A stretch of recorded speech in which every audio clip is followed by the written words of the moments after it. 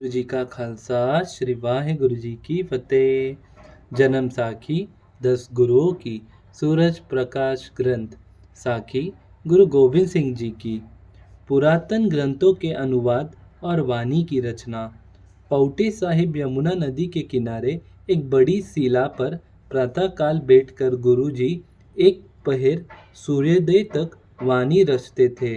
कृष्ण अवतार के प्रसंग का अनुवाद और 24 अवतारों की कथा यहीं पर ही आप जी ने लिखी, जिसका नाम आप जी ने विचित्र नाटक रखा। इसके अतिरिक्त और भी कई रचनाएं और ग्रंथों के अनुवाद यहाँ पर रहकर आप जी ने किए। धन श्री गुरु गोबिंद सिंह जी महाराज। कपाल मोचन तीरथ का मेल। एक बार शिकार खेलते हुए कार्तिक की पूर्णिमा का मेला देखने गुरु जी कपाल मोचन तीरथ पर चले गए। इस मेले पर आप जी के दर्शन करने बहुत लोग भेंट लेकर हाजिर होने लग गए।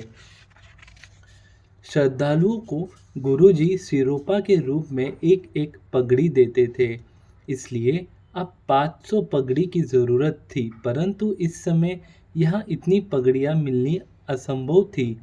इसलिए गुरुजी ने कपाल मोचन सरोवर के चारों ओर पहरा लगवा दिया तथा हुक्म दिया कि जो भी पुरुष यहाँ शौच आदि करके इसकी पवित्रता भंग करेगा उसकी पगड़ी उतार ली जाएगी, तथा चेतावनी भी दी कि आगे से यहाँ शौच आदि करके इस सरोवर की पवित्रता को भंग न करे।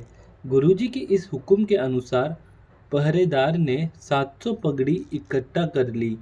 तीरथ के श्रद्धालुओं ने गुरुजी के इस काम की बड़ी सराहना की कि आपने सरोवर की पवित्रता कायम रखने के लिए बहुत उत्तम काम किया है। गुरु जी ने इन पगड़ियों को धोबी से धुलवाकर सिक्कों को भेंट दी। इस तीरथ पर महोदर ऋषि की टांग से एक दैत्य का सिर, जिस रामचंद्र जी ने काटा था, चिपका हुआ स्नान करने से उतर गया। कपाल नाम है सिर का तथा मोचन कहते हैं उतर जाना, इसलिए इसका नाम कपाल मोचन प्रसिद्ध है। धन गुरु गोबिंद सिंह जी महाराज। बाबा राम राय जी का स्वर्ग सिधारना तथा मसंदों का सुधार।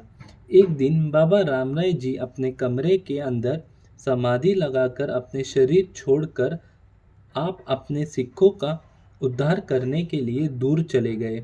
जब इस तरह 3 दिन निकल गए तो मसंदों ने माता पंजाब कौर जी मर्जी के उलट आप जी के शरीर का संस्कार कर दिया।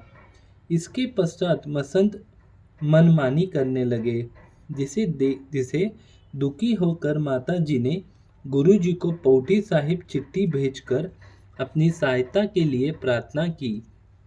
गुरु जी ने माता जी को लिखा कि आप अपने सब मसंदों को चिट्ठी लिखकर एक दिन इकट्ठा कर लो, हम उस दिन आपके पास आकर मसंदों का सुधार कर देंगे। नियत समय पर जब सारे मसंद देहरादून इकट्ठा हो गए तो माता पंजाब कौर ने अपना आदमी भेजकर गुरु जी को पौटे से बुला लिया। गुरु जी ने देहरादून पहुंचकर पूछ पड़ताल करके जो मसंद कसूरवार थे उनको योग्य सजाएं दी। जो माता जी को तंग करते थे अथवा उन्होंने रामराय जी के शरीर का संस्कार किया था, उनको तेल के गरम कड़ा में फेंक कर जला दिया। बहुत से मसंदों को अन्य योग सजाएं देकर माता जी की आज्ञा में रहने का प्रण लिया। इसी तरह माता जी को मसंदों के दुख से मुक्त करने के लिए गुरु जी पौटा साहिब आ गए। धन श्री गुरु गोबिंद सिंह जी महाराज। धन श्री गुरु गोबिंद सिंह जी महाराज। वाहे गुरु जी का खालसा श्री वाहे गुरु जी की फतेह।